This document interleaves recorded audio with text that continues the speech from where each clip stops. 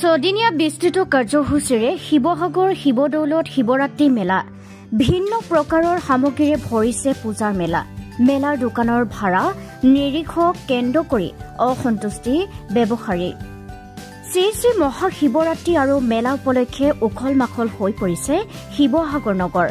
আহোম স্বৰ্গদেউ ৰুদ্ৰসিংহৰ দিনতে আহোম কুঁৱৰী বৰৰজা অম্বিকাই শিৱসাগৰত পুখুৰী খান্দি সেই পুখুৰীৰ পাৰত নিৰ্মাণ কৰা তিনিটাকৈ দৌলৰ অন্যতম শিৱদৌলত প্ৰতিষ্ঠা কালৰে পৰা উদযাপিত হৈ আহিছে শিৱৰাত্ৰি পূজা।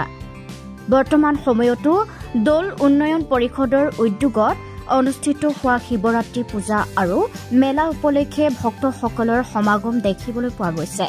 সমান্তৰালভাৱে মেলা উপলক্ষে ৰাজ্যৰ লগতে দেশৰ ভিন্ন প্ৰান্তৰ ব্যৱসায়ীসকলেও ভিন্ন প্ৰকাৰৰ সামগ্ৰীৰ মুকলি কৰিছে এইসমূহ বিপণী। তাৰ মাজতে লোকবাদ্য সামগ্ৰীৰ এই বিপণীখনে লাভ কৰিছে বিশেষ চৰ্চা।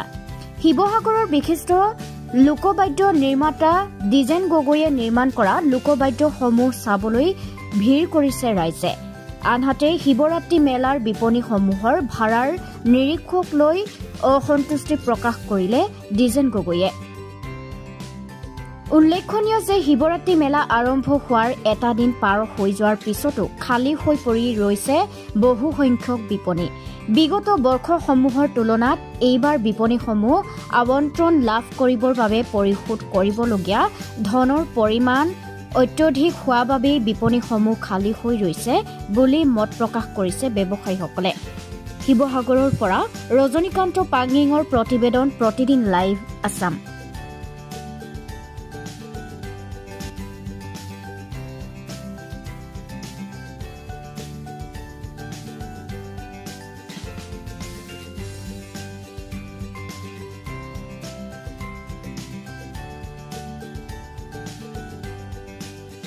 নমস্কাৰ, মই 1990 চনৰ পৰাই ইয়াতে শিৱৰাত্ৰিত প্ৰতি বছৰে মোৰ প্ৰদৰ্শনী আৰু বিক্ৰী কেন্দ্ৰ কৰোঁ।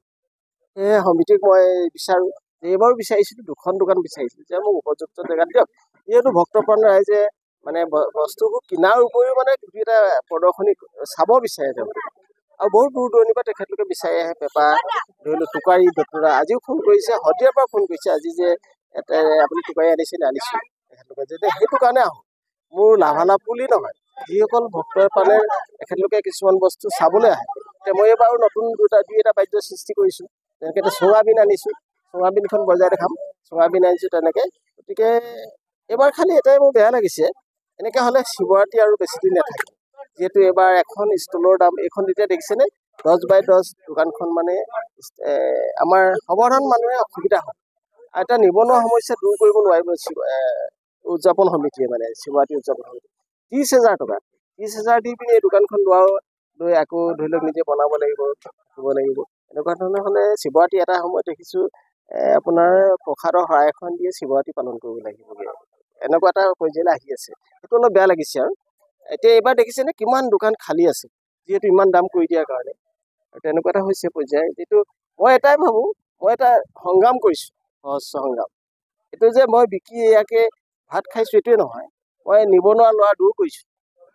যিসকল কলেজ ল'ৰা ছোৱালী তেওঁলোকে স্কুল এৰিছে, কিবা কৰিছে, তেওঁলোকক লৈ পিনি মই কি কৰিছোঁ, এই বাদ্যবোৰ কেনেকৈ বনাব লাগে, কেনেকৈ বজাব লাগে বুলি শিকাইছোঁ, মেলিছোঁ, আৰু সেই বস্তুবিলাক ইয়ালৈ আনিছোঁ, কৈছোঁ এইবিলাক জীয়াই থাকক।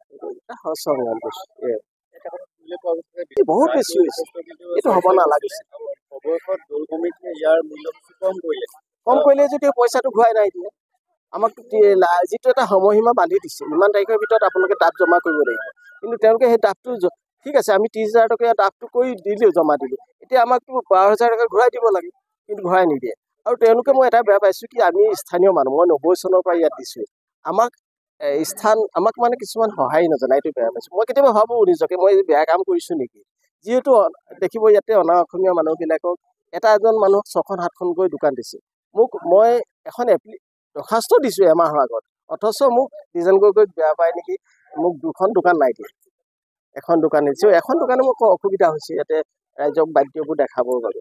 মই অকল বিক্ৰীৰ কাৰণেই নহয়, মই কিনিবলৈও তেওঁলোকক প্ৰদৰ্শন কৰিবলৈও আনো।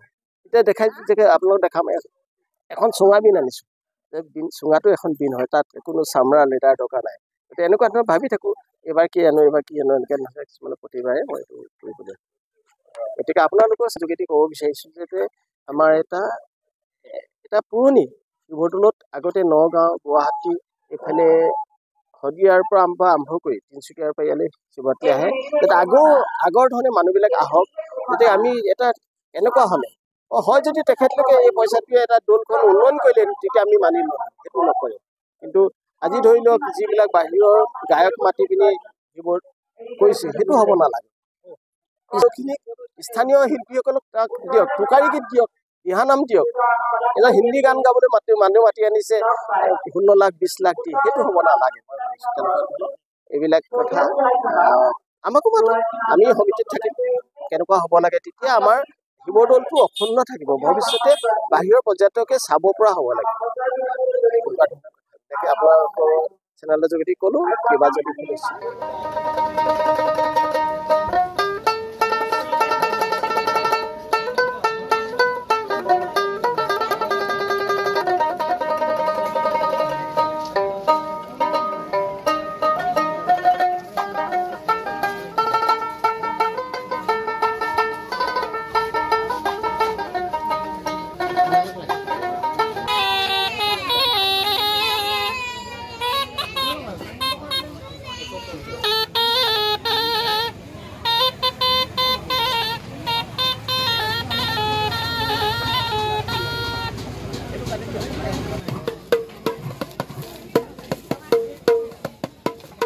সেইটো বজালে এনেকৈ বজাব পাৰিব।